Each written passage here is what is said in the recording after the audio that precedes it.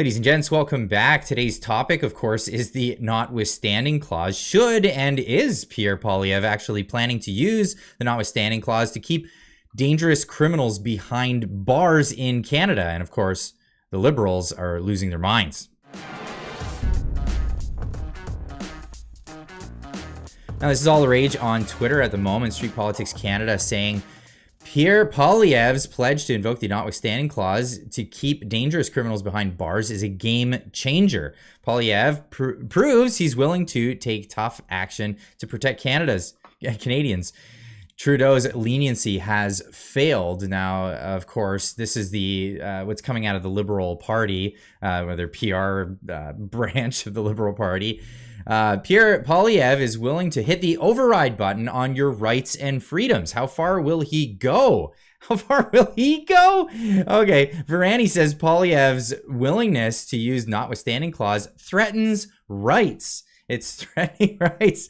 Let's not forget that the Liberal Party literally invoked the Emergencies Act against peaceful protest unlawfully after 2 years of trampling on Canadians' rights. Yeah, that's right. During the pandemic, you forget about the if you want to get on a plane, you want to get on a train. Yeah, we remember this. We remember this. Lawyer extraordinaire here in Canada, Eva Chipiuk, fantastic lady, doing what she does best, commenting on this. Who does the PR for the Liberals? Have you forgotten how you illegally invoked the Emergencies Act, called peaceful protesters racist and terrorists, and beat, arrested, and seized their bank accounts? This is the same group of individuals. Yeah, that's right. The Liberal Party, headed off by Justin Trudeau. She's also famous for asking this question at the POEC, or the Emergencies Act inquiry, depends on what you want to call it. My last question, Mr. Prime Minister. When did you and your government start to become so afraid of your own citizens? That's a very unfair... I am not, and we are not. Those are my questions. Those are great questions. That is one great question right there. Now, the National Post writing an article about this, only because of our activist Supreme Court is the Notwithstanding clause necessary. A good argument for why, because our activist court system is not doing they're not doing the job in the interest of the safety of Canadians and the law. They're going off on some other thing, that possibly that this is the reason why Pierre Poilievre might have to use this. Conservative leader Pierre Poilievre announced that if elected, he would use the Notwithstanding clause, also known as the Parliamentary Supremacy Clause, Section 33, to override a Supreme Court decision that struck down stacked periods of parole ineligibility for mass murderers. The Harper era. I mean, really? Is this what the Liberal government is like afraid of? That, mass murderers might get out of jail? Or no, that they might not get out of jail? This is really what they're after. This is a political move, obviously. The Harper era criminal code provision was found unconstitutional in court in 2022 over a case of Quebec City mosque shooter Alexandre Bassonnet, whose life sentence without parole for 40 years was found to have contravened the Charter of Rights and Freedoms. The one that the Liberals are constantly looking out for to make sure that they adhere to all the time and never, ever think of trampling on. No doubt this announcement will trigger howls of protest from Canadian legal commentators, and to some extent already has. The Toronto Star's Susan Delacourt, grain of salt coming from the Toronto Star, repeated that this has now become the standard attack on any suggested use of the Parliamentary Supremacy Clause by characterizing Pierre Poilievre's statements as a classic example of what the books call tyranny of the majority, which leads to the rights of minorities getting trampled. Again, we're talking about people who committed massive atrocities in the country. Now, I'll leave a link in the description down below. You can read this whole article in its entirety. And I would recommend that you do that for everything that I put out there. Don't just take my opinion for it. Go there and read it for yourself. Share it around. Get more people reading these publications, because this is how these publications stay alive, obviously. Indeed, notwithstanding the Supreme Court's constant appeal to the need to keep pace with the evolving Canadian values, in quotes, to justify its own departures from precedent, including the Bassonnet case itself. it is increasingly clear that Canadian courts are finding themselves far afield from public sentiment on a wide range of issues. Examples abound, and there is in no way limited to just to the criminal law context. So take with that what you will. Again, read this article for yourself. Tokyo Rosie on Twitter saying, it's clear that Canada has an activist judiciary, despite clear evidence of rising crime rates. Law that targets criminals for harsher sentences are routinely struck down as unconstitutional. Something has to be done to protect Canadians.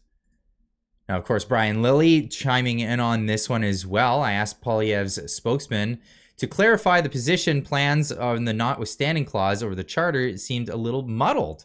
Below is the email exchange. So the answer to the question being, a common sense conservative government will only use the notwithstanding clause on matters of criminal justice. It's unconscionable that the government would allow a mass murderer like Quebec mosque shooter to ever be released from prison. He murdered 6 innocent worshippers in an act of hate, and the only way he should ever leave prison is in a box. And that's very clear. But then he was asked, Pierre Poilievre was asked this morning in this interview. This is a few days ago in this interview. And well, here's his answer for this. But somebody who stole a car, violent carjacking, got put behind bars, got released the next day, did the same thing again. Mm-hmm. The bail reforms that Ottawa's brought in are clearly not working here. Would you bring in the notwithstanding clause to use your powers if Prime Minister to change those bail conditions to stop this catch and release system that's currently in place? I don't have to, because the catch and release system was not brought in by the courts. It was brought in by Justin Trudeau and the NDP through Bill C-75, and it was not required. No court has ever required they create a catch and release bail system. Now, my common sense plan is to make repeat violent offenders who are newly arrested on a serious crime ineligible for bail. It will be jail, not bail, jail, not bail. Is there any point that you would use the notwithstanding clause to address the challenges within our current legal system and the way the courts are designed? I think we have to be careful not to blame the judges for decisions that Justin Trudeau and the NDP have made. Trudeau willingly passed Bill C-75, catch and release bail. He willingly passed C-5, house arrest for career car thieves and sex offenders. He willingly passed Bill C-83, which allows Paul Bernardo to go into a medium security penitentiary where he enjoys hockey rinks and tennis courts. Those are decisions he made. Nobody forced him to make it.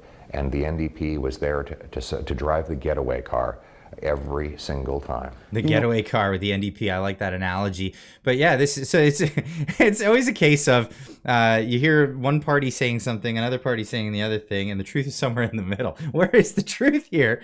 And of course, the Liberals are, this is again, I mean, they're in campaign mode. I know the election's not until 2025, but they are fully in campaign mode. Queen Apola on Twitter saying this, has Trudeau commented on Quebec's renewal of the notwithstanding clause for Bill 21? Of course, Liberals accused Poilievre of planning to override the Charter of Rights with the notwithstanding clause, but this is another thing that's happening where the use of the notwithstanding clause in Quebec has been detrimental to people's religious freedoms. The average Canadian should ask themselves, how is it possible that in a country that prides itself on diversity and religious freedom, one of its provinces, the province of Quebec, can pass a law that is fundamentally unconstitutional and un-Canadian? The reputation of Canada and Canadians is at stake.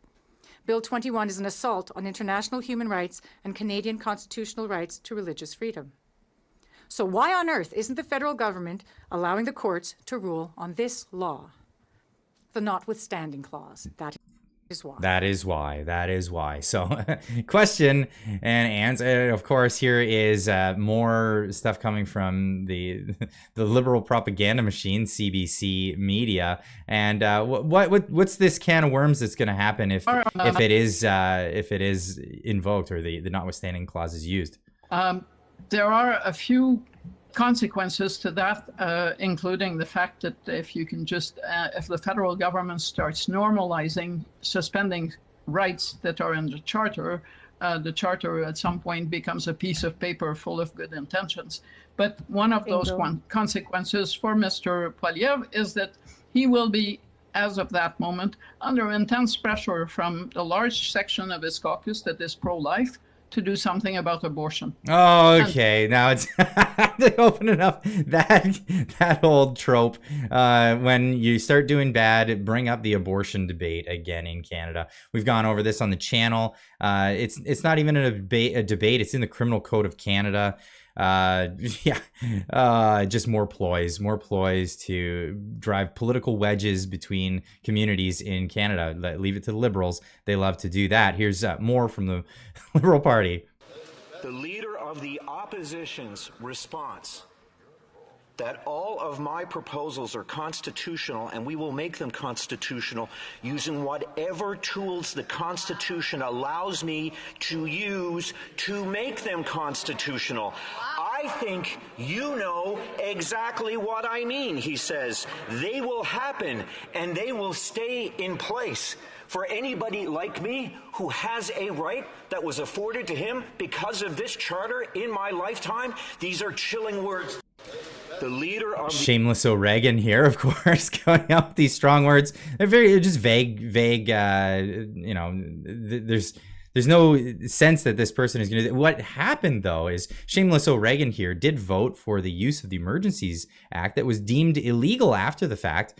When an actual court had a look at what was the justification for that use of the Emergencies Act, this man voted for that. Of course he did. Here's more characters from the Liberal side talking about this. Pierre Poilievre does not care about you or your charter rights. He made that very clear last night at a speech that he gave right here in Ottawa. What kind of rights am I talking about? I'm talking about your rights to free speech, your rights to freedom of religion, your rights to equality, things like the presumption of innocence, and your right not to be jailed without reasonable cause. Of course. What about your right to not inject something into your body? What about your right to visit your family? What about your right to leave freely and travel in the country? Of course, this guy here voted against our ability to do any of that. So let's take this all with a grain of salt, but I'd love to hear what you have to say about this. Do you think that he might actually use the notwithstanding clause in this case? Do you think that that's a good thing? Do you think that's a bad thing? Leave your comments in the comment section down below. I'd love to hear what you have to say about this. And of course, we'll see you in the next one. Keep on trucking.